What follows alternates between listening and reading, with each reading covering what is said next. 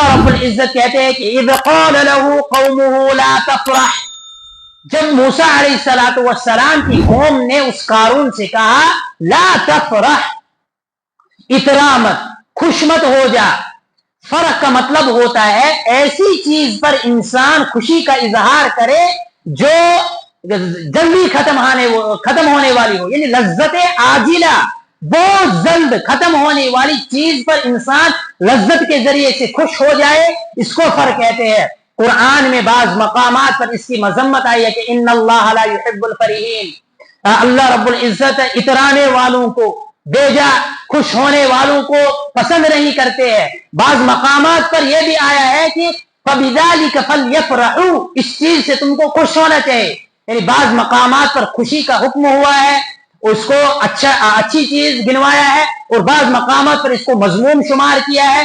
وجہ اس کی یہ ہے کہ ہر وہ خوشی جو انسان کو تکبر تک لے جائے، جو انسان کو تکبر تک پہنچائے، اس تکبر کے ذریعے سے وہ اللہ کی نافرمانی پر اتر آئے، اللہ کے حقوق کو ضائع کرے، اللہ کی ناشکری کرے، ہر وہ خوشی جس میں یہ چیزیں پائی جاتی ہو وہ خوشی مذموم ہے، وہ خوشی قابل تعریف نہیں ہے بلکہ قابل مذمت ہے۔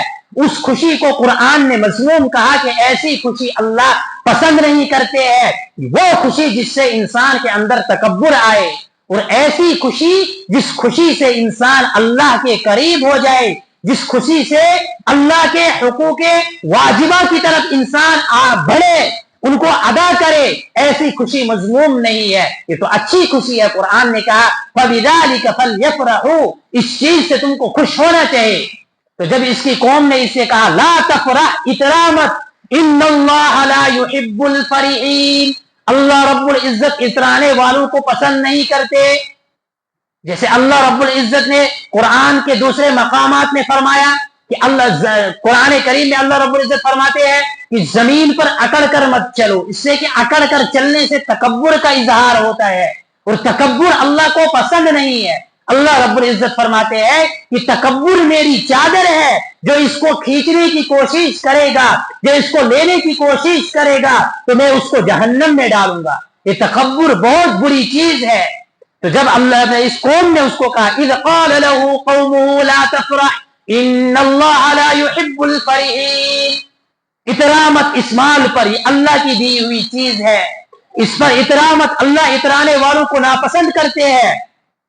پھر اس قوم نے کیا کہا وَابْتَغِ فِيمَا آتَاكَ اللَّهُ الدَّارَ الْآخِرَةَ، یہ جو مال اللہ نے تجھے دیا ہے اس میں دنیا میں بھی اس سے فائدہ حاصل کر، اور اس کو ایسے کاموں میں لگا جو آخرت میں تیرے لیے نفع کا ذریعہ بنے، جو آخرت میں تیرے لیے فائدہ کا ذریعہ اور باعث بنے، ایسے کاموں میں اس کو لگا۔ وَابْتَغِ فِيمَا آتَاكَ اللَّهُ الدَّارَ الْآخِرَةَ، تلاش کر تو اس دی ہوئی چیز سے، کس کو؟ دار الآخرہ، آخرت کے گھر کو، یعنی دنیا میں رہ رہا ہے تو اس مال کو اللہ کے بتلائے ہوئے طریقوں پر خرچ کر۔ اللہ نے کہا ہے مال میں زکوٰۃ دو تو زکوٰۃ دو، اللہ نے کہا کہ مال کے حقوقوں میں سے یہ ہے کہ تم قریبی رشتہ داروں کو دو، پڑوسیوں کو دو، ضرورت مندوں کو دو، مسافروں کو دو، یتیموں کو دو، مسکینوں کو دو۔ اگر اللہ نے تم کو صاحب وسعت بنایا ہے تو کرو یہ کام، یہ تمہارے لیے فائدہ کی چیز ہے، یہ تمہارے لیے نفع کی چیز ہے۔ تو اس مال کے ذریعے سے تم آخرت کو کماؤ، آخرت کو حاصل کرو، جس آخرت میں نیکیوں کے علاوہ، اللہ کی رضا کے علاوہ کوئی اور چیز تم کو نہیں بچائے گی۔ یہ مال آخرت میں تمہیں کوئی کام نہیں آئے گا۔ جیسے قرآن کریم میں اللہ رب العزت نے فرمایا کہ انسان کل قیامت کے دن چاہے گا کہ دنیا کی تمام تر دولت، تمام تر چیزیں وہ اللہ کو دے دے، اور یہ کہے کہ مجھے عذاب سے نجات دو، تو اللہ کہے گا بالکل نہیں۔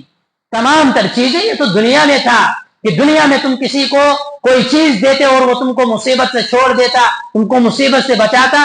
یہاں پر مال کے ذریعے سے تم کو مصیبت سے چھٹکارا ملنے والا نہیں ہے۔ اس مال کے ذریعے سے تو تم نے دنیا کے اندر چھٹکارا حاصل کرنا تھا، اللہ کے حقوق کو ادا کر کے۔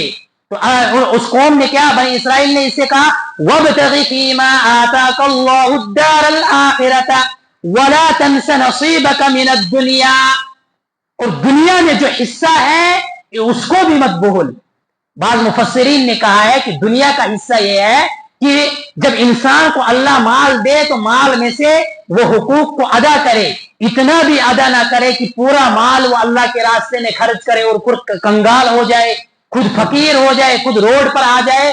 بعض حضرات نے کہا ہے کہ دنیا کا حصہ یہ ہے، بعض حضرات نے کہا ہے کہ دنیا کا حصے کا مطلب یہ ہے کہ دنیا میں صدقات کرو، خیرات کرو، فقراء اور مساکین کو یہ مال دو، یہ دنیا کا حصہ ہے۔ وَلَا تنس نصیبک من الدنیا واحسن کما احسن اللہ الیک، اور اچھا سلوک کرو اس قوم کے ساتھ، اس قوم پر ظلم و زیادتی مت کرو، اس پر جبر مت کرو، اس پر تشدد مت کرو، ان کو مت ستاؤ جب اللہ نے تیرے ساتھ احسان کیا ہے۔ واحسن کما احسن اللہ الیک، جیسے اللہ رب العزت نے تیرے ساتھ اچھا معاملہ کیا ہے تو تو بھی ان لوگوں کے ساتھ اچھا معاملہ کر، یہ تیرے لیے بہتر ہوگا۔ وَلَا تَبْغِ الْفَسَادَ فِي الْأَرْضِ، اور زمین میں فساد مت مچا۔ یہ اس کو اس قوم نے کہا کہ زمین میں فساد مت مچا۔ فساد کا مطلب انسان ظلم کرے، کسی پر زیادتی کرے، اور فساد کا مطلب یہ بھی ہے کہ انسان اللہ کے حقوق کو چھوڑ دے۔ یہ نماز ہے، روزہ ہے، زکوٰۃ ہے، صدقات، خیرات ہے، جو اللہ نے اس کو حکم دیے ہیں ان احکام سے وہ روگردانی کرے، ان کو چھوڑ دے، یہ بھی فساد ہے۔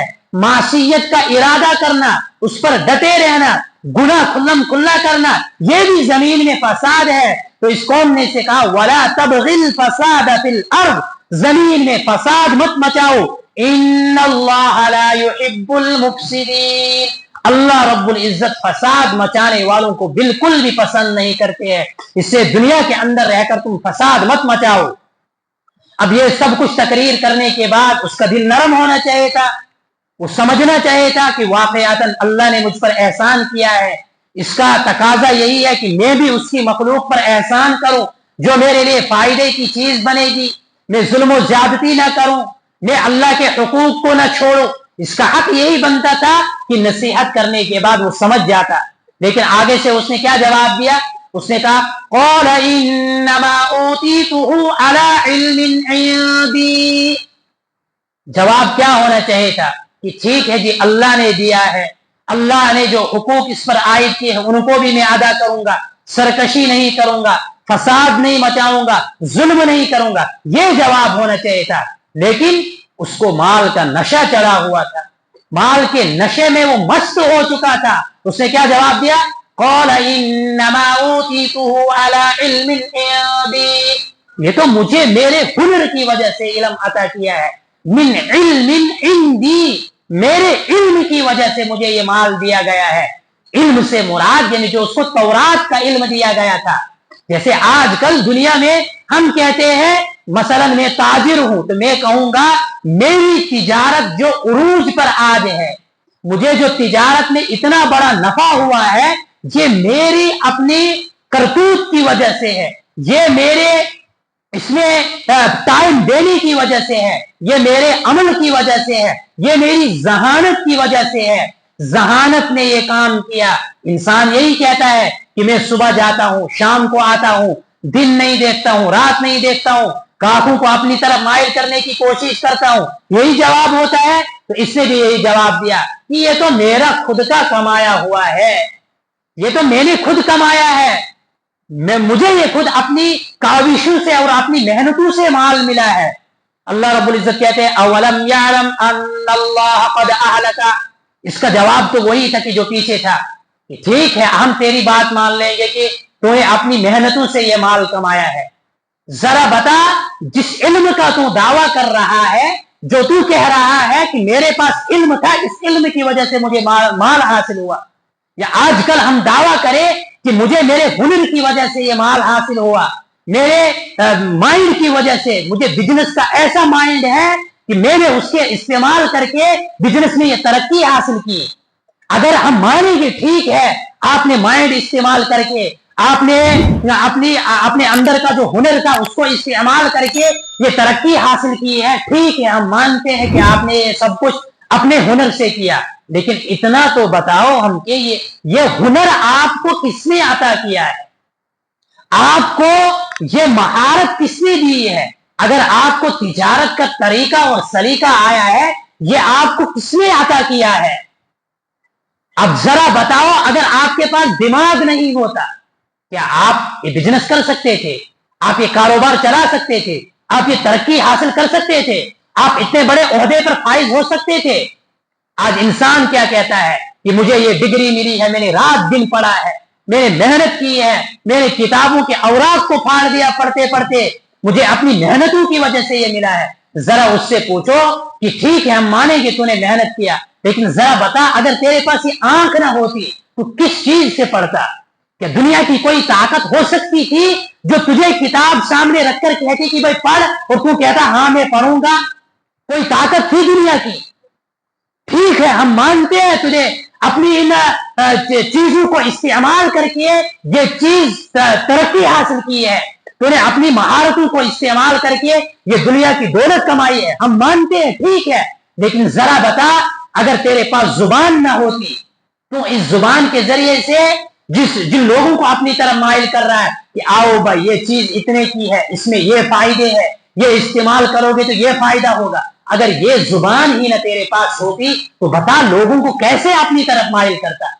تو یہ کہتا ہے کہ میں نے اپنے ہنر کی وجہ سے، اپنے کمالات کی وجہ سے، اپنے شوق کی وجہ سے، اپنی محنت کی وجہ سے اس عہدے کو حاصل کیا ہے، یہ کہہ رہا ہے تو ایسا کچھ بھی نہیں ہے، یہ سب کچھ اللہ نے تجھ کو دیا ہے۔ جواب تو اس کا یہ ہونا چاہیے تھا، اور یہ پیچھے